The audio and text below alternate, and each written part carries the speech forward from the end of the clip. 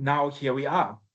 You're doing the PhD, and this is the topic that I'm just going to read out now. Then I would love for us to walk through some of those key aspects, like the study aim, the theoretical framework, and so forth. Just to read quickly, your title for your PhD is Towards an Inclusive, Sustainable Social Innovation in Local Government through Stakeholder Engagement and Public Participation, a case of the Mopani District Municipality's new district development model, Limpopo, South Africa. That's the title here. And do I go ahead and read the aim, or will you walk us through what the study's overarching aim was? Or do I have permission to read the aim and then you take it from there? Yeah, you can read the aim and then we can take it from there, because I will simplify it and people might not even get what was. Yeah. So you can read out the aim and then we can proceed. Take it from there. Fantastic. So as per your PhD thesis, you describe it as your aim, you describe as thus. The study aimed to investigate how the DDM, that's the District Development Model, I hope I have that right, the DDM as a social innovation strategy in Mopani District Municipality can be implemented through stakeholder engagement and public participation to enhance sustainability and inclusivity in local government service delivery decision-making. Different parts that come together here where my brain is just like sparked in different directions. Like I already want to know what the DDM is all about. I already want to know what is stakeholder engagement and what is public participation as strategic communication interventions. So yeah, lots and lots for you to simplify for us and to walk us through. But that was the study aim and that was your study title. Feel free to just sort of simplify and walk us through some of the nuances and details. Please also touch on theoretical framework and on the methodology as well. But thank you so much. I always get excited when people ask me, because everywhere I went, people wouldn't worry about these things. What is this district development thing that you are talking about? So the district development model, then when it started, it was called the new district development model. So it's a model that government brought in together. And I think maybe in my understanding from reading the problematization in terms of why it was introduced. So government had a lot of interventions, especially at local government, in terms of how you then get to then. And I touched this on my introduction. You have had your RDP projects, you have had your spatial development project, you've got the introduction of a public participation framework, and you have had quite a number of things that were there. Your integrated development, integrated development plans, which you have put in plan. You've got your gear, you've got a lot of things that were put to actually, fast track development. So I think at some point they then realized, and I think the core of my study even come from the problematization of the district development movement. They said we ought to come up with a process that will enhance coordination, effectiveness, as well as ensuring that there's proper alignment in terms of what national government and provincial government and local government seeks to do within your local community. So this is a multi-stakeholder approach, but there's also a different element which I think is being overlooked. And things in terms of how then. So the district development model also takes into what I call in my study, when I looked at that, in some of the issues that some of your decolonial scholars deal with, is that it hides the fact that you now even bring the fact that you ought to acknowledge that government alone cannot do it without bringing other stakeholders. But at the same time, how do you then manage neoliberalism, where now you then move all the responsibility of government to the private sector? So that is another thing that comes into play. So your district development model, in its conceptualizing ideal, what has been perceived to be, they wanted to bring a process, a development model that will mean that you do away with one size fits all, which means that every district and every city, based on its own unique challenges, must have one plan, rather than developing one plan and said every district must use it. So now they move to say we must have one plan for one district based on the challenges, but also at the same time, this must be informed by what the communities want. They also acknowledge in that. I remember reading a newspaper article by the former, Director General of GCIS, Pumla Williams. She makes it very clear there that we need to ensure that the voices and the opinion of the communities in these plans that we come up with are actually, it demonstrates that not just the voices of the elites. So that's what it is. So it's an integrated kind of an approach where you have got your local government, your provincial government, and national government coming together to develop a plan for that particular place based on the unique challenges that are there. I mean, if you were to look at in our own case in Mopani, we have had an issue of water for a very long time. So this is where now you bring resources together to actually try and address those challenges. So that's just what the district development model is about. But there's a way in which, service delivery, decision making has been studied. And I think this also brings the uniqueness of my study, what makes it different from others,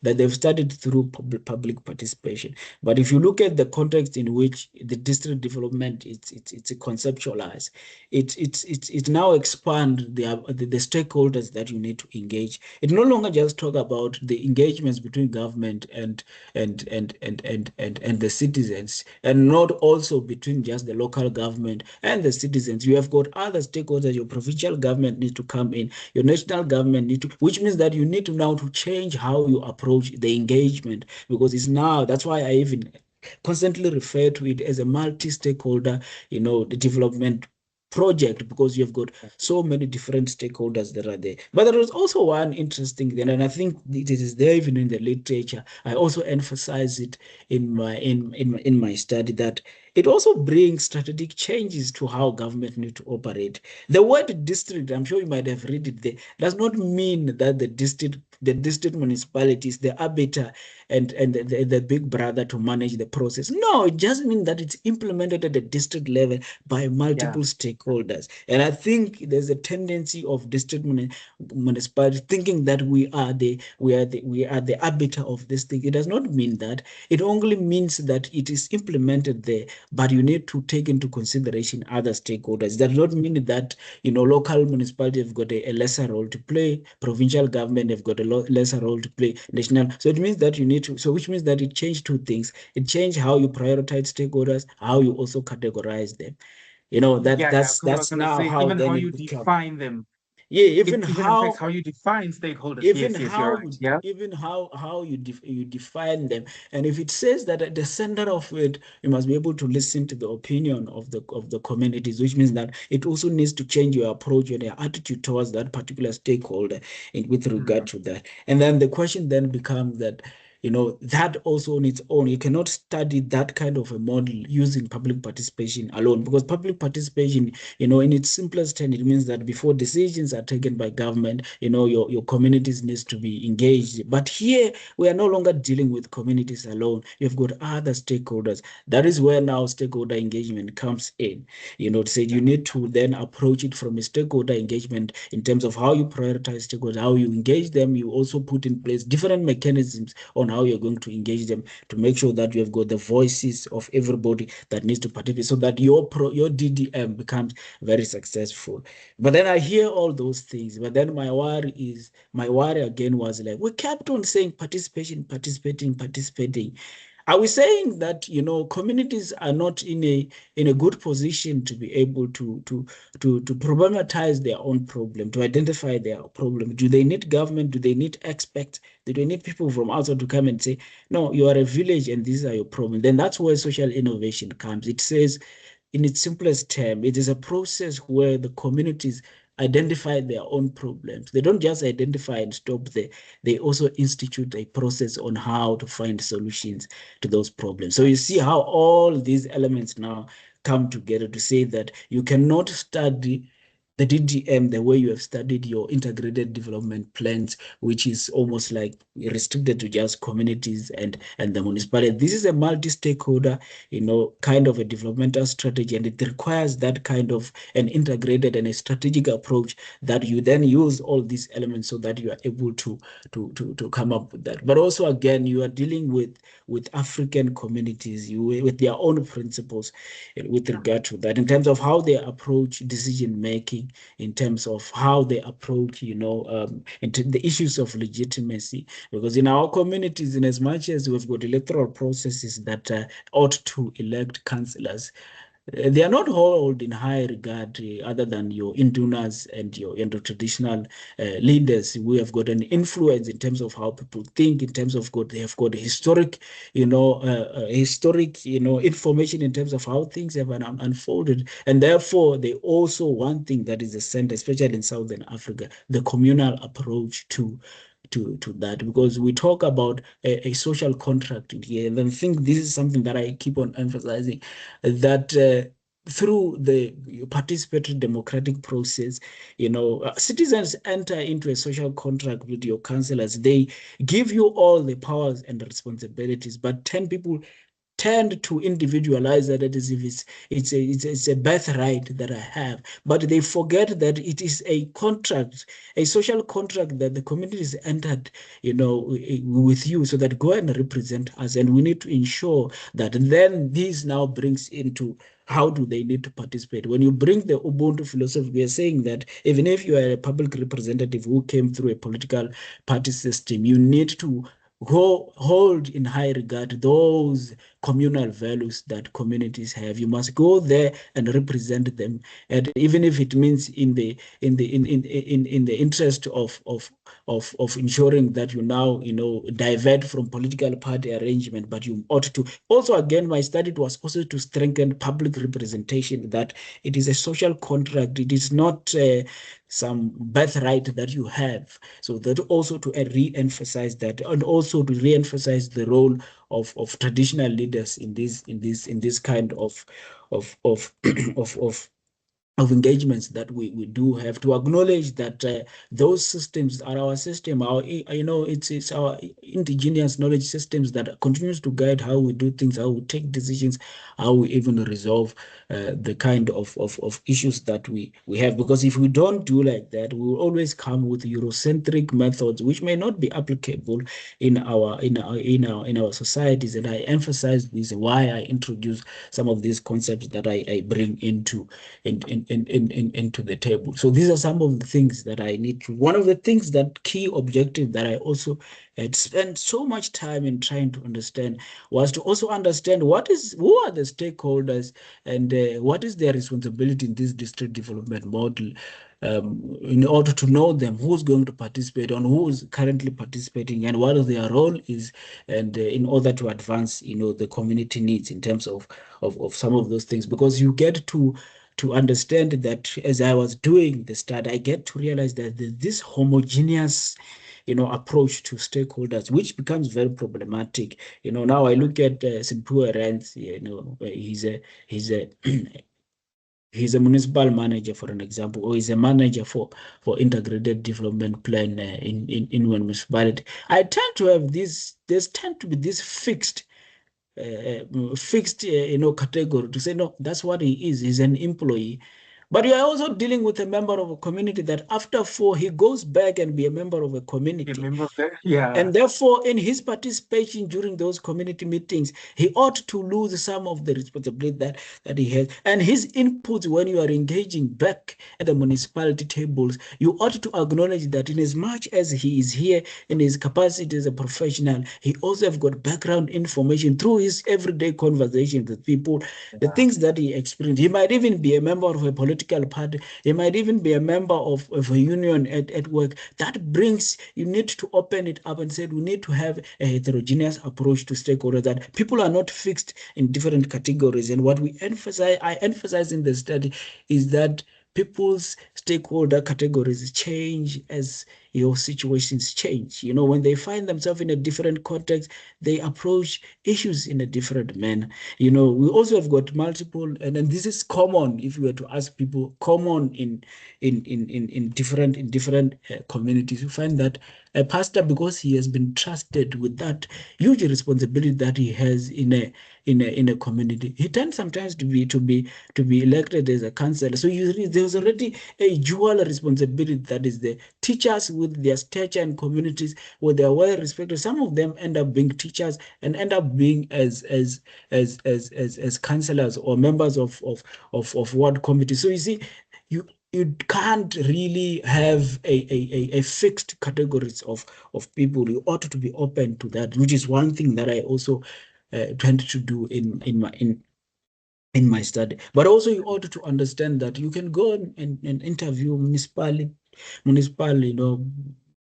people and your councillors, your politicians. They'll give you a story.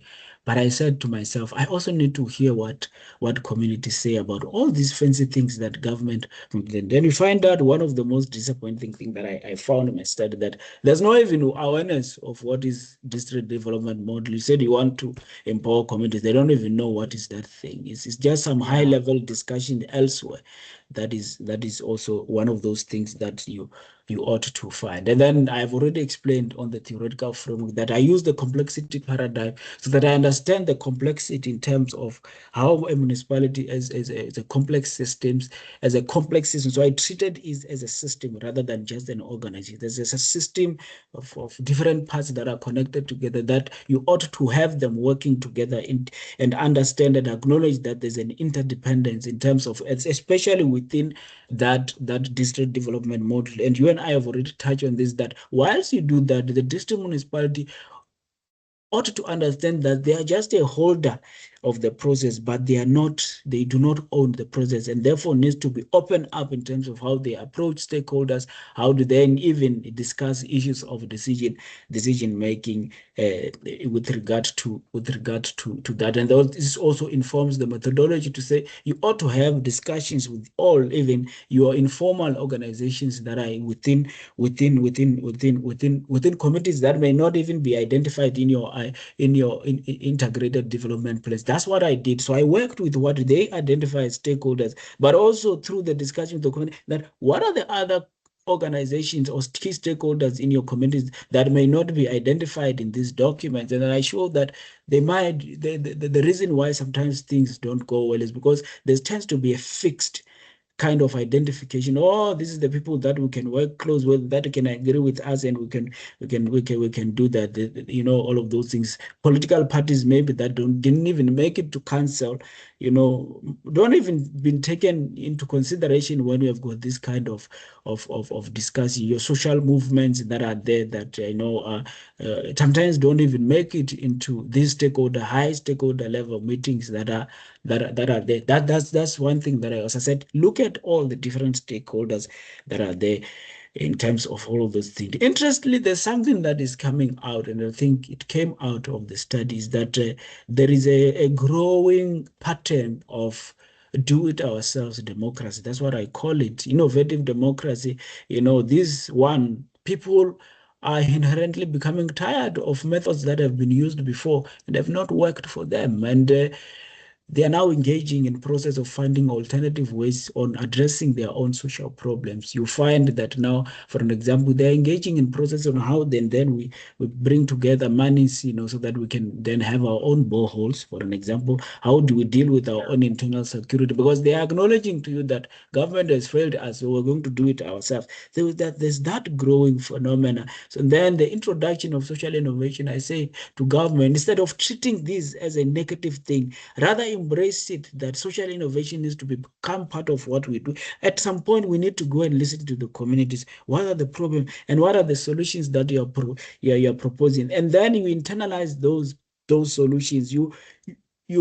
don't have to always implement the solution. At some point, acknowledge that the communities can help us in implementing that. So the integration of social innovation, again, said we can't keep on treating, citizens as if they are not capable enough. We need to equip them with both skills and knowledge and information so that they become innovators in their own communities. They don't have to always looking for solutions from government. That's another thing that I bring into also theories like your co-creational theory that I bring about. I said government alone cannot craft solutions. I bring the co-creational theory to say, to assist on how government can engage in a co-production process where you bring all stakeholders to craft not only solutions, but also the policies that drives public participation. It cannot always be, the approach from government. Say, we think this is how we need to approach it, because there are a lot of things that people take into, they underestimate in these processes. Government determines what method we are going to use, when, on what particular date. You find that they can come around 12 now. Sorry to say this, but you'll have your less engaged people that are sitting at home. The radicals ones, the most educated one and advanced one, they're at work, which means you are taking advantage of the ones that you have are there. You even go on or during the week. You don't even go on a weekend where everybody is available to come and engage you on all those type of things. You are going to say we're also going to have a live stream of things online. Who's got access to the internet? That's a kind of smaller exclusions that people don't, but they've got an impact on the output of what is going to be the driver. And another thing that is a very when it comes to stakeholder engagement and prioritization is that all these processes happen, but the municipal councillor is the final decision maker in terms of what can be prioritized, what can be budgeted for, what can be prioritized for this year in terms of that. This also, for me, it's a problem because you are not prioritizing what community said is a priority, is what politicians, small group of people decide in terms of the numbers they get to decide. So these are some of the deficit, but there are also good things that are coming out. I mean, in some municipalities, you see that there's still a prioritization of traditional leaders.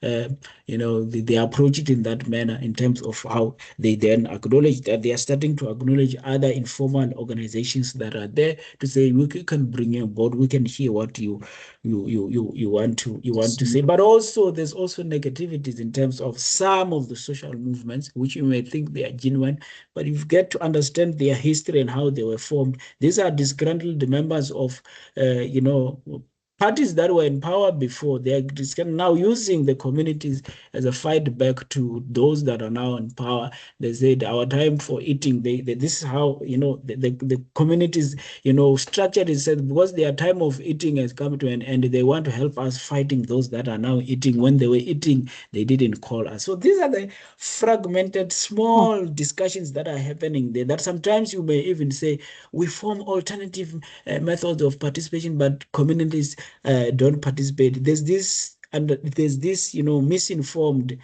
kind of, and you think communities don't read in between the trends. They don't use history to inform what they really do in terms of what is needed. So these are some of the interesting things that actually even inform my future, scholarship, and also the issue of sustainability. How do you sustain these processes in terms of ensuring that they can be not only planned for the short term, but in a long term in terms of what needs to happen.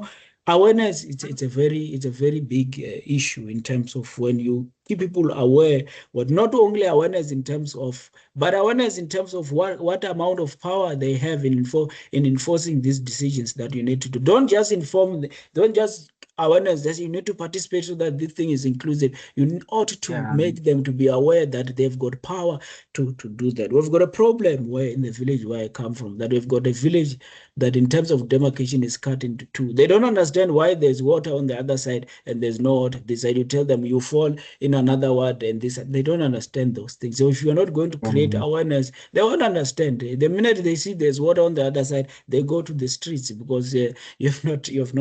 So these are some of the things and the nitty-gritties that comes from the study. But all in all, it then to to expose you to then, and also backs to the very same question that I put in my introduction of the study, that there's now a public debate, and I think it has been there for quite a long time. Do these methods that have been put by government work to the best interest of the community? Do they produce the results that people want to see, or people are going to continuously go for alternative methods such as your protest, such as your alternative measures of participation and all of those things? So this brings into question quite a number of things, which may also even have got implications on quite a number of things. So that is a very serious questions that we have now in terms of whether these methods that have been put in place by government, do they work? Do they even work to our context, in our African context? Do they work? Do they take into consideration the already existing